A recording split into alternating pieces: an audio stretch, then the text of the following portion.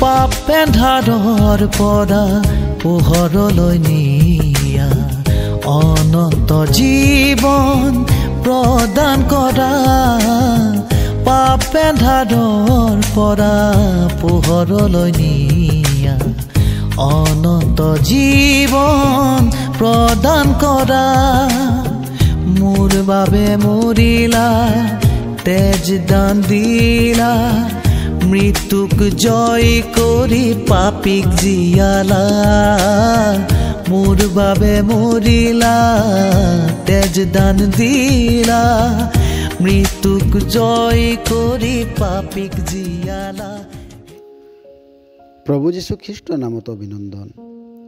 যোহনে লিখা সুবাৰ্তা 15 অধ্যায় 13 আৰু 14 পদত আমি প্ৰভু যীশুক এইদৰে কোৱা শুনিবলৈ পাওঁ, বন্ধুবিলাকৰ নিমিত্তে নিজৰ প্ৰাণ দিয়াতকৈ অধিক প্ৰেম কাৰো নাই। তোমালোকক যি যি আজ্ঞা দিলোঁ সেইবোৰ যদি পালন কৰা তেন্তে তোমালোক মোৰ বন্ধু। প্ৰভু যীশুৱে নিজৰ শিষ্যবিলাকক কয় যে মোৰ আজ্ঞা হৈছে এইটো যে মই যিদৰে তোমালোকক প্ৰেম কৰিলোঁ তোমালোকো ইজনে সিজনক প্ৰেম কৰা। প্ৰভু যীশুৱে কিদৰে মানৱ জাতিক প্ৰেম কৰিলে?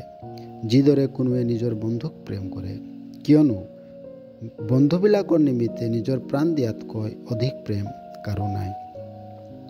মানুহ যি জন্মৰ পৰা পাপী হয় নিজৰ বিবেচনাত, নিজৰ ব্যৱহাৰত, নিজৰ ব্যৱসায়ত অৰ্থাৎ নিজৰ কৰ্মৰ দ্বাৰাই ঈশ্বৰৰ বিৰুদ্ধে কাৰ্য কৰে, যাৰ বাবে ঈশ্বৰৰ বৈৰী হয়। আৰু এজন বৈৰীৰ লগত ঈশ্বৰ কিদৰে সম্বন্ধ স্থাপন কৰিব পাৰে? আৰু এইটোৱে হৈছে সেই কাৰণ যাৰ বাবে প্ৰভু যীশু খ্ৰীষ্টই মানৱ ৰূপ ধাৰণ কৰিলে আৰু মানুহৰ পাব লগা পাপৰ দণ্ডক সহন কৰি ধাৰ্মিক আৰু ন্যায়পৰায়ণ ঈশ্বৰৰ দাবী প্ৰভু যীশুৱে নিজ প্ৰাণ দি সম্পূৰ্ণ কৰিলে। লগতে মানুহৰ আটাইতকৈ লাগতিয়াল যি পাপৰ ক্ষমা তাক সম্পূৰ্ণ কৰিলে। এতিয়া যিকোনোৱে প্ৰভু যীশুক বিশ্বাস কৰে তেওঁ পৰিত্ৰাণ পায় আৰু প্ৰভু যীশু তেওঁৰ বাবে সেই বন্ধু হৈ পৰে যিজন বন্ধু নিজৰ বন্ধুৰ বাবে প্ৰাণ দিয়ে। আপুনি আজি এনে বন্ধুৰ প্ৰভু যীশুৰ ওচৰলৈ আহিব নিবিচাৰেনে?